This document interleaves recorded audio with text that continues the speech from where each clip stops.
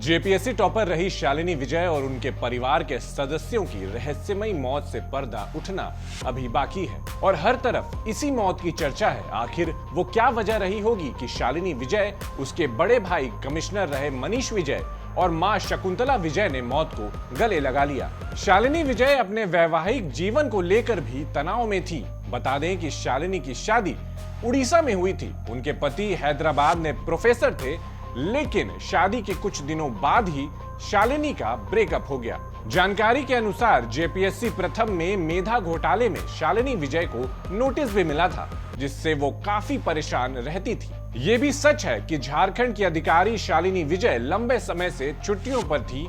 केरल में मां और बड़े भाई के साथ शव मिलने से इस मामले की चर्चा पूरे देश में हो रही है। मौत की वजह क्या थी, ये तो जांच के बाद ही खुलासा हो पाएगा, लेकिन रांची से जुड़ी रही शालिनी विजय के संदर्भ में कई बातें खुलकर सामने आने लगी हैं। कुछ घोटालों में संलिप्तता की चर्चा भी दबी जुबान में हो रही है। इसके बावजूद कभी रांची में रहने वाली शालिनी विजय की रेडियम रोड स्थित राजोश्री अपार्टमेंट का माहौल भी खबर आने के बाद गमगीन हो गया है। पड़ोसियों को यह विश्वास नहीं हो रहा कि शालिनी विजय, उसके बड़े भाई और मां ने आत्महत्या कर ली है। सुनिए उनके पड़ोसियों ने क्या कुछ कहा है। नहीं, बहुत दुख हुआ सुन के उनके बारे में जाने, आज पेपर में पढ़े तो। लेकिन वो यहाँ रहती थी तो हम लोग के साथ बहुत अच्छा, मतलब नीचे जैसे बच्चे खेलते थे तो हम लोग मिलते जुलते थे जब आती थी जाती थी तो। और फिर मदर भी नीचे उतरती थी तो कुछ कुछ बात हो जाता था।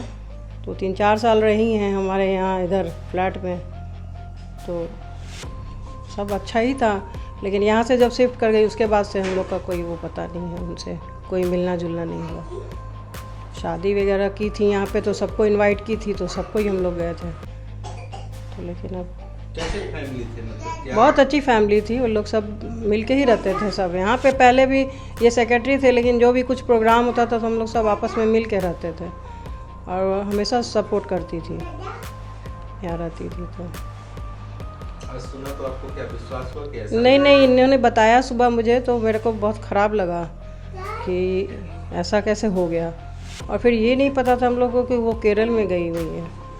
तो आज बहुत नहीं है हमारे बीच, तो बहुत ख़राब लग रहा है। एक्चुअली वो हमारे फ्लैट में 203 नंबर में रहती थी अपनी मदर और भाई के साथ में। तो हम लोग को यही पता लगा कि वो उनका सिलेक्शन हो गया जेपीएससी में।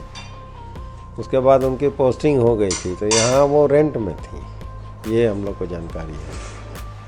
कभी मिलना जुलना सर, कभी कुछ कैसे? कभी कभार होता था, क्योंकि मैं उस समय सेक्रेटरी था राजर्षि अपार्टमेंट का।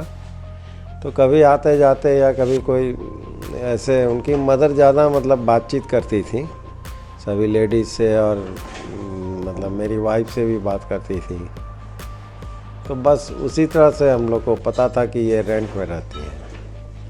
आज जब आपको सुनने को मिला कि अपने भाई के साथ वो केरला में पाई गई, क्या? बहुत ख़राब लगा।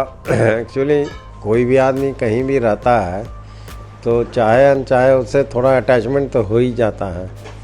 और चूँकि वो यहाँ पर 3-4 साल मेरे ख्याल से रही हैं, 3-4-5 साल, तो नेचुरली अटैचमेंट तो हो ही जाता है। तो बहुत ख़राब लग रहा है सुन के कि सब तीनों का डेथ हो गया एट ए टाइम।